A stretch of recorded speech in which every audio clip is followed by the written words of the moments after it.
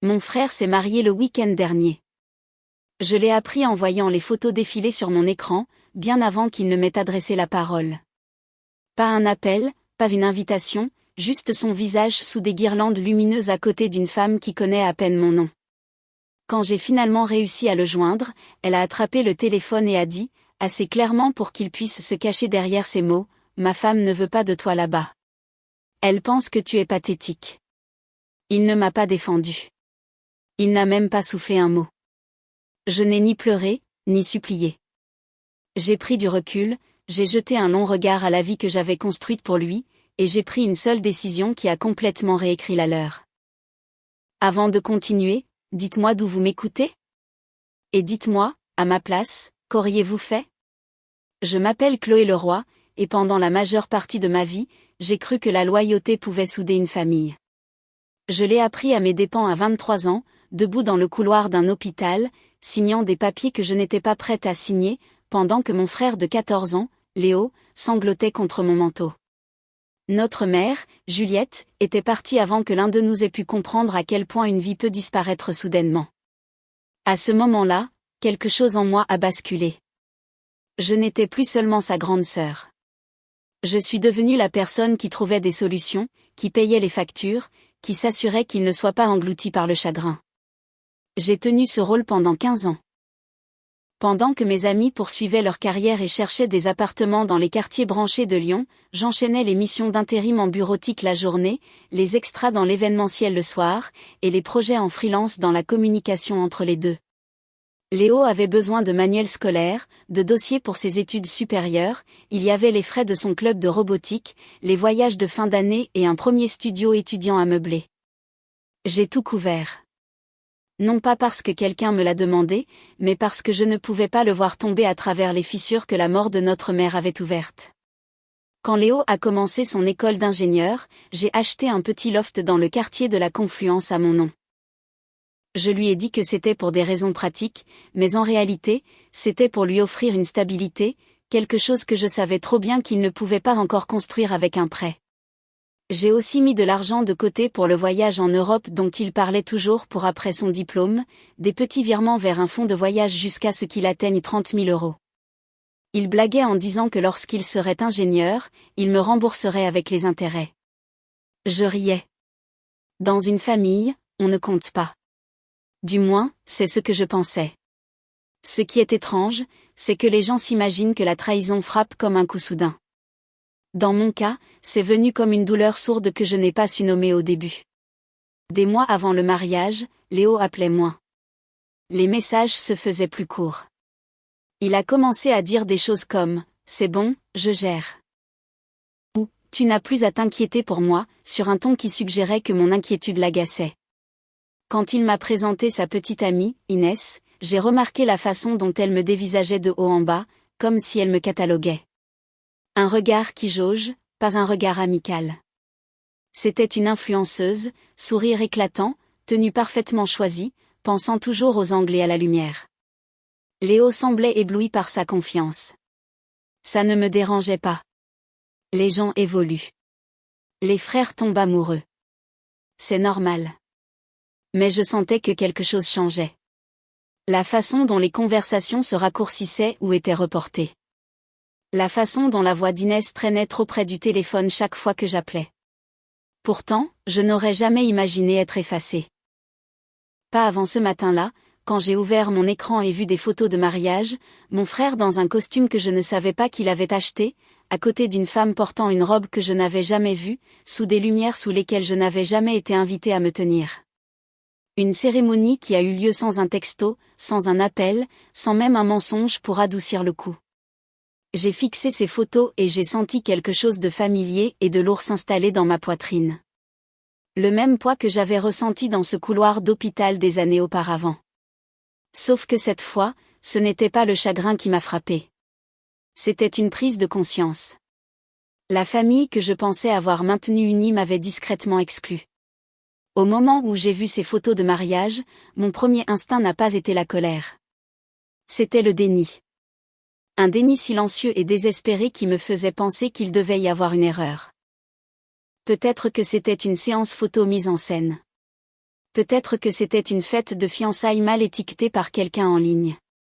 Peut-être que Léo allait m'envoyer un texto d'une seconde à l'autre avec une explication frénétique sur des plans de dernière minute et un malentendu. Je n'arrêtais pas de me le dire en l'appelant 1 fois, 2 fois, 5 fois. Au 6e appel, la sonnerie n'a même pas retenti. Je suis tombée directement sur sa messagerie, sa voix enregistrée me demandant joyeusement de laisser un message. Une voix que j'avais écoutée, éditée et réenregistrée avec lui à l'époque où il n'arrivait pas à prononcer le mot « disponibilité » sans rire. À la 7e tentative, quelque chose de glacial a commencé à se resserrer autour de mes côtes, pas de la panique, mais une reconnaissance. Quelqu'un m'évitait. J'ai essayé de lui envoyer un texto. « Léo, appelle-moi. J'ai vu les photos. Dis-moi juste ce qui se passe. » Aucune réponse. Quand mon téléphone s'est finalement allumé avec un appel entrant, j'ai expiré trop vite. Soulagement, peur, tout s'en mêlait. J'ai glissé pour répondre, mais ce n'est pas la voix de Léo que j'ai entendue. Eh bien, dit une femme, je me demandais combien de temps ça te prendrait. Inès. Son ton n'était pas surpris. Il était las, comme si elle s'attendait à ce moment, presque avec impatience. Je dois parler à mon frère, ai-je dit. Passe-le-moi. Une pause, un petit rire, bas et sec. Il est occupé. On vient de rentrer de la réception. C'était une réception parfaite. Les mots m'ont transpercé le cœur. Je n'étais pas invitée, ai-je dit, en essayant de garder ma voix stable. C'est le but, a-t-elle répondu. Puis la phrase est tombée, claire et tranchante, probablement répétée des dizaines de fois entre eux. Mon mari ne veut pas de toi là-bas. Il pense que tu es pathétique. Pendant un instant, je n'ai rien entendu. Ni sa respiration, ni la mienne. Juste un long, fin silence qui s'étendait dans mon crâne. Pathétique. J'ai serré le téléphone plus fort. C'est Léo qui a dit ça? Il n'en a pas besoin, a-t-elle dit. Il est d'accord. En arrière-plan, j'ai entendu sa voix, étouffée, hésitante. Inès, donne-moi juste le téléphone. Non, a-t-elle lancé plus fort, s'assurant que je l'entende. Elle doit comprendre. Nous sommes des adultes. Nous n'avons plus besoin qu'elle contrôle tout. Contrôlante. De tous les mots qu'elle aurait pu choisir, celui-ci a allumé quelque chose de brûlant derrière mes yeux. J'ai payé pour le loft dans lequel tu te trouves actuellement, ai-je dit, d'un calme qui m'effrayait moi-même. J'ai acheté ces meubles. J'ai couvert les frais de son école. Le fonds de voyage que vous prévoyez probablement de dépenser, c'est moi qui l'ai constitué pour lui. Dis-moi où est le contrôle quand on offre à quelqu'un sa vie entière. Elle a ricané. Exactement. Tu te sers de l'argent pour le garder attaché à toi. C'est embarrassant. Mais ne t'inquiète pas, nous allons tout payer nous-mêmes maintenant. Nous ne vivrons pas dans ton ombre. Laisse-moi lui parler, ai-je répété. Finalement, la voix de Léo est arrivée, tremblante. Chloé, c'est juste que... On ne voulait pas de drame. Un drame, ai-je fait écho. De ma part? Tu rends les choses lourdes, a-t-il murmuré. Inès a raison.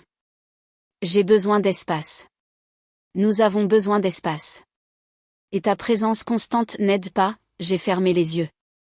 15 ans de sacrifice ont défilé derrière mes paupières comme les diapositives d'un projecteur. Les boulots de nuit, les frais de scolarité, les repas que j'ai sautés pour qu'il n'ait pas à le faire.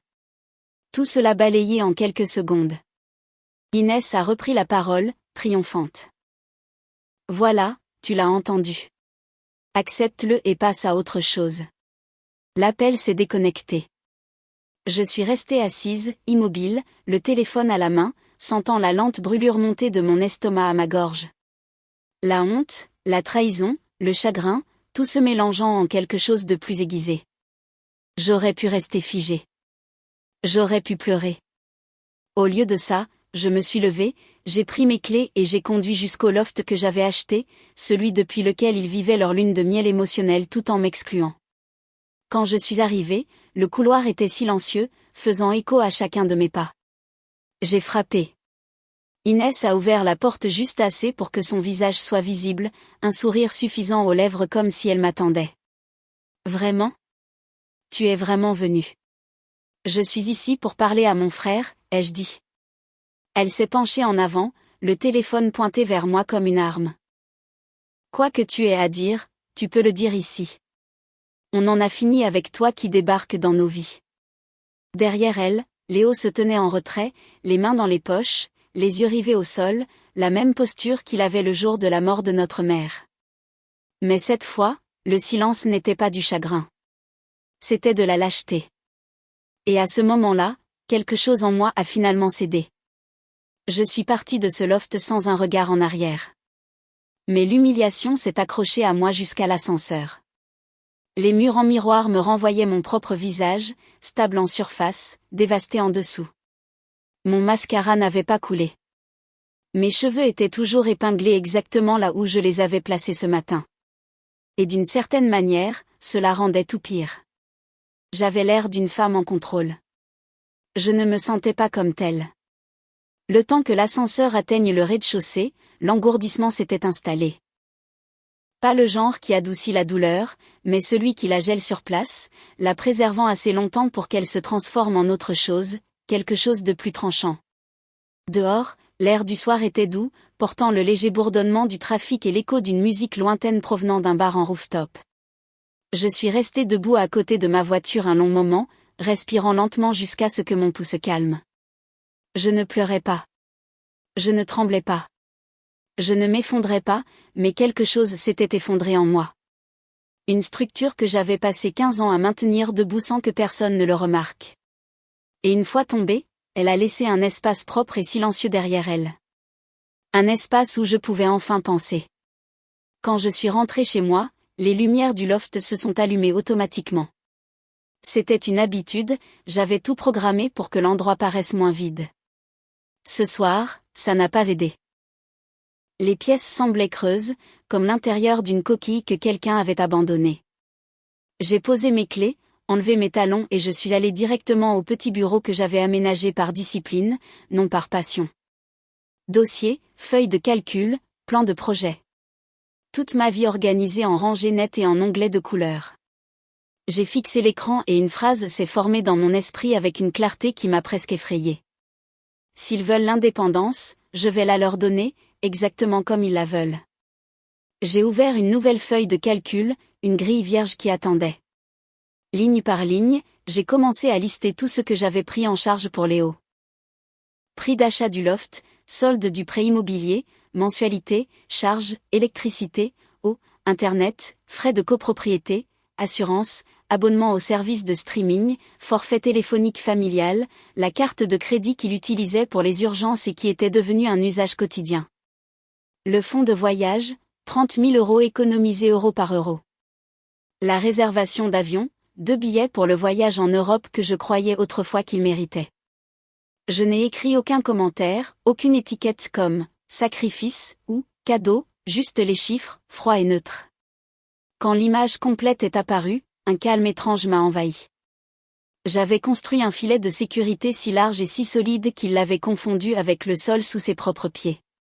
Et maintenant, il m'en voulait pour ça. L'ironie m'a fait rire. Un petit son sans humour qui a à peine rempli la pièce.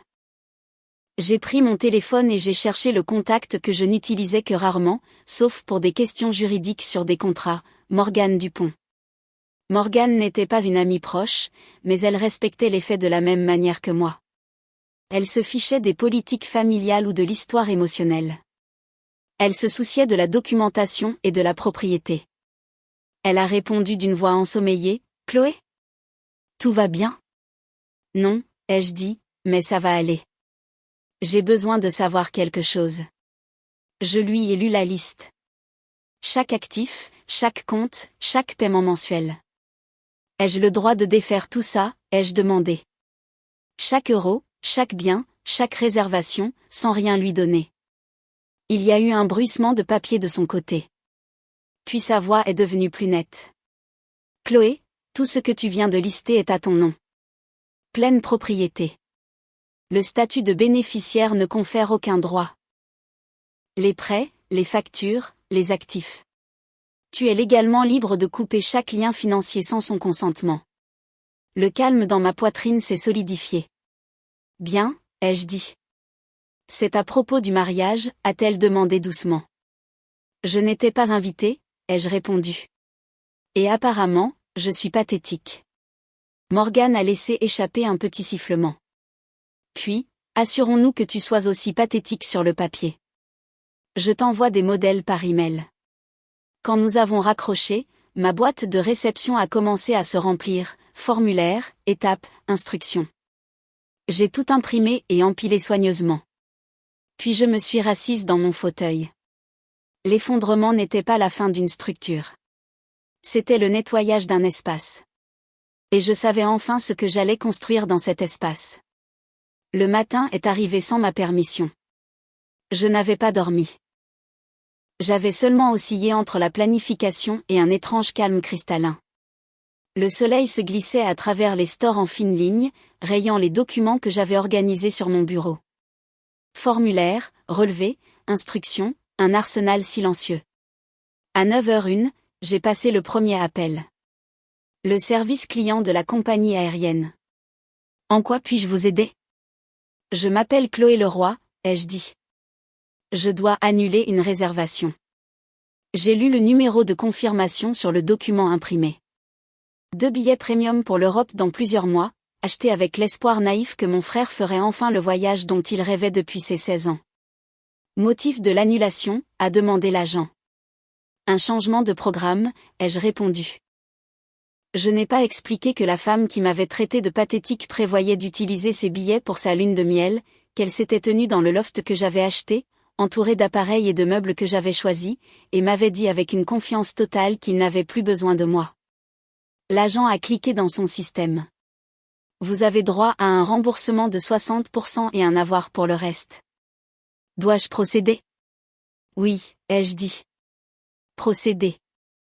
J'ai raccroché et j'ai regardé ma boîte de réception se rafraîchir. Une confirmation de remboursement est apparue. Lune de miel annulée. Le premier domino est tombé sans fanfare, sans culpabilité, juste le bruit sourd de l'inévitable. Ensuite, c'était le fonds d'études et de voyage. J'ai ouvert le portail d'investissement, je me suis authentifié et j'ai regardé le solde. 30 000 euros.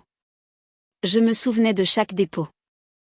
50 euros un mois, 5 cents le suivant, un remboursement d'impôt surprise en avril. De l'argent que j'avais mis de côté pour que Léo puisse voir Paris, toucher les murs de pierre de Florence, errer dans un monde qu'il n'avait vu que sur YouTube. J'ai cliqué sur « Tout retirer ». Un avertissement est apparu. Pénalité, impôts, frais de retrait anticipés. J'ai confirmé quand même. Mon téléphone a vibré immédiatement. Un texto de la société d'investissement. Virement initié. Les fonds seront crédités dans les 5 jours ouvrables. Le deuxième domino est tombé. J'ai fermé le navigateur et j'ai attrapé le dossier du prêt immobilier. Le loft était le suivant. J'ai composé le numéro de Romain, l'agent immobilier qui m'avait aidé à l'acheter 4 ans plus tôt. Romain était rapide, efficace et d'une honnêteté impitoyable. Exactement ce dont j'avais besoin. Chloé, a-t-il répondu. Ça fait longtemps. Que puis-je faire pour toi? Je dois vendre le loft, ai-je dit. Une pause. Tu veux le vendre? Je pensais que tu l'avais acheté pour ton frère. C'est le cas, ai-je répondu. Les circonstances ont changé. Romain n'a pas demandé de détails.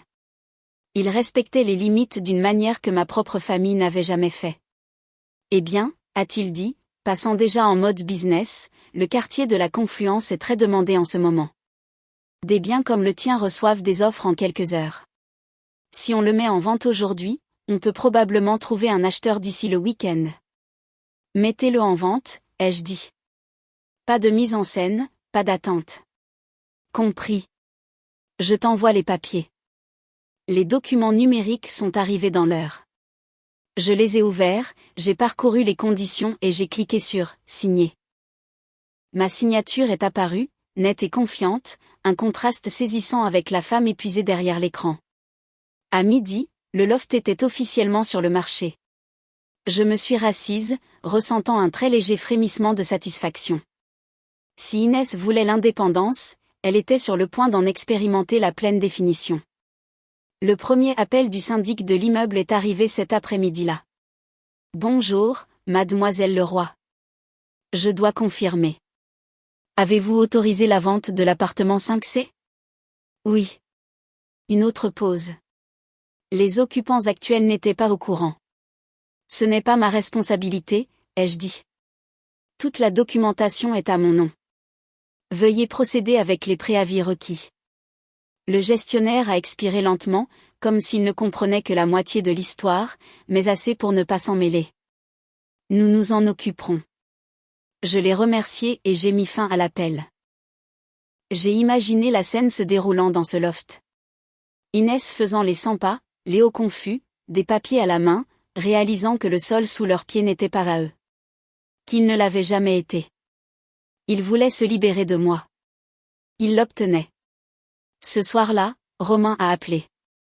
Tu ne vas pas le croire, a-t-il dit. On a déjà 2 offres. Une au comptant, bien au-dessus du prix demandé. Prenez l'offre au comptant, ai-je dit. Tu es sûr? D'habitude on. Prenez-la. Il a accepté en mon nom. La vente a commencé à se conclure dans les 24 heures. Je ne l'ai pas dit à Léo. Je ne l'ai pas prévenu. Il ne m'avait pas prévenu pour le mariage. C'était de bonne guerre. La série de tâches suivantes ressemblait à de la simple poussière à balayer sur une table. Simple, silencieux, nécessaire. Je me suis connecté au portail des services publics et j'ai transféré tous les comptes hors de mon nom. Avec effet immédiat. Puis les comptes de streaming, mots de passe changés, profils effacés. Le forfait téléphonique, j'ai retiré son appareil du forfait familial. La carte de crédit, j'ai annulé l'utilisateur autorisé. Chaque clic était une frontière tracée, une ligne nette remplaçant 15 ans de ligne floue. Quand la dernière tâche fut accomplie, je suis resté dans la cuisine à regarder mes mains. Elles ne tremblaient pas.